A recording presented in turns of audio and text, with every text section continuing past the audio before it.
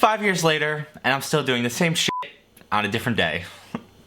But what's going on, peeps? I hope you are all doing well. If you are unaware, yes, today, the day I'm filming this, September 17th, is exactly 5 years since the first ever BuzzFeed test, the day I started making food videos. And the fact that I'm still here doing the same stuff, and a lot of you guys are still here from the beginning, is mind-blowing. If you're one of them, thank you. I love you more than I can say. But I figured to celebrate, why not make the world-famous Momofuku milk bar birthday cake?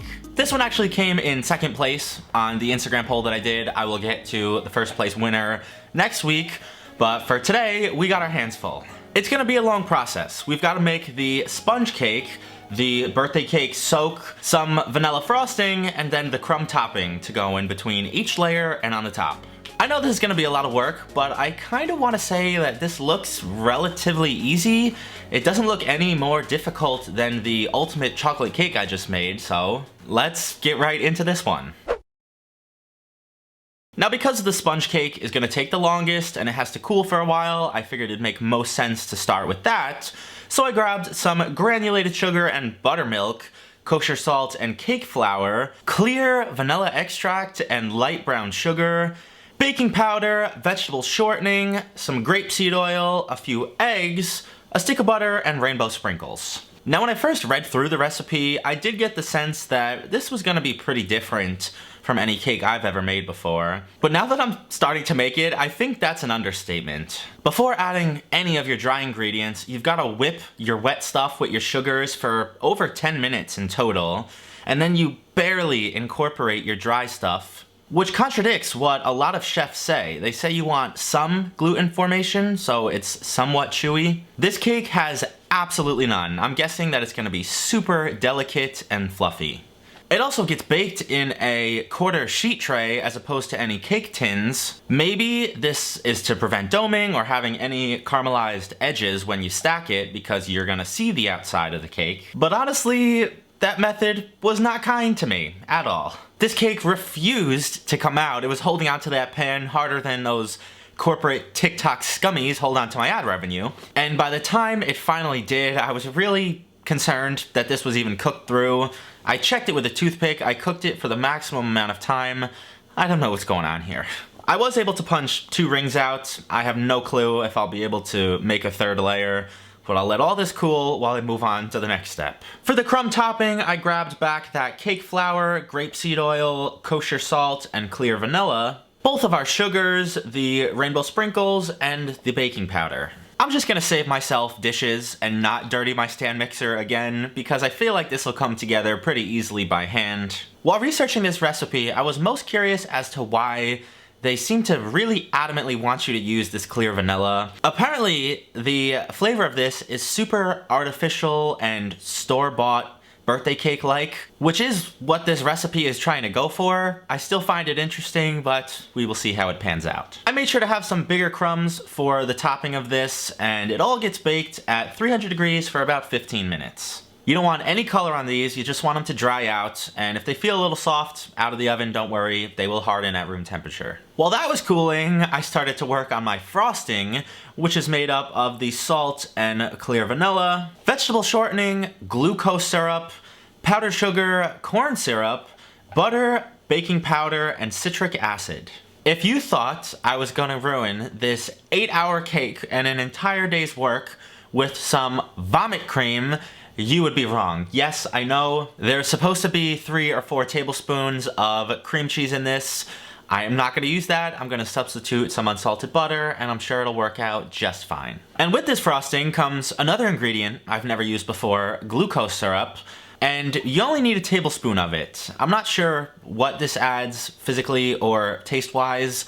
I'm sure you can just use some extra corn syrup instead if you don't want to go out of your way. But this one gets finished off with the powdered sugar, salt, and pinches of baking powder and citric acid. I'm actually kind of hoping that the citric acid comes through in the end. That'll add a layer of complexity most cakes probably don't have.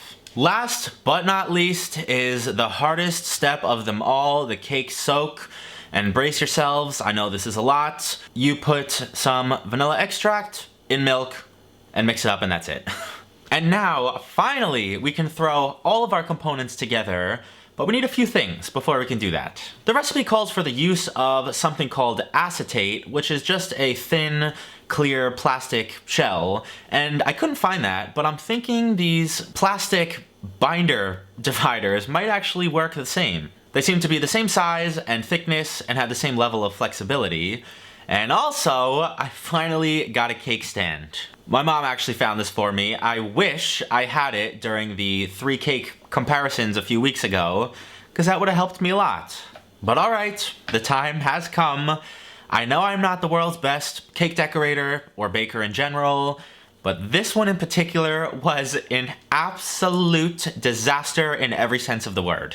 The sponge cake was just so temperamentally delicate, you can barely touch it without it crumbling apart. You're gonna need 5 ultra thin layers of your frosting. I had nowhere near enough, and I had to whip up another half batch off camera.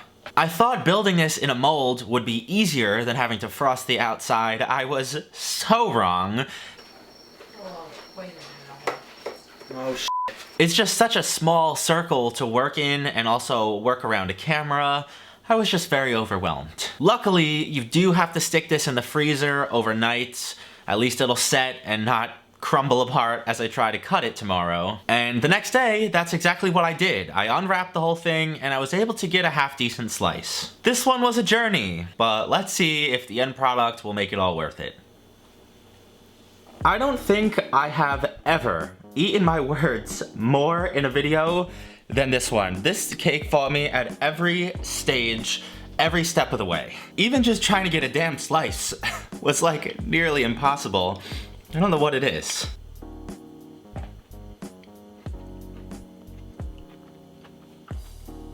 Whoa.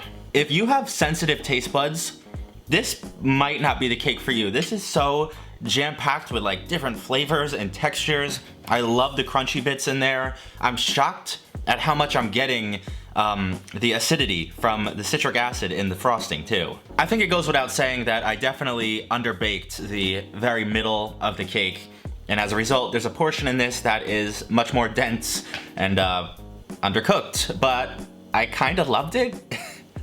It was kind of like a little surprise cake batter in there. Most definitely not a intention of the recipe. May end up with salmonella later, but it was good. If you've been wanting to make this, but you've been scared of like the ingredients and the procedure, don't be. If you don't want to buy the clear vanilla, the citric acid, I'm fairly confident this cake can stand without that stuff. Just use regular vanilla extract. You don't need the cake ring, and you can frost it and decorate it however you want. You don't have to use the acetate or the binder dividers in my case. Just mold the recipe to however you feel comfortable doing it, but I do highly recommend you give this a shot. I hope you guys enjoyed today's video. If you did, leave me a big old like. If you were here from the beginning, if you came at some point in the middle or even a month ago, thank you. I appreciate every single one of you so much for sticking around, supporting me in the channel. Follow me over on Twitter and Instagram if you don't already. Other than that, have a fantastic weekend, and I'll see you right back here next time. Peace.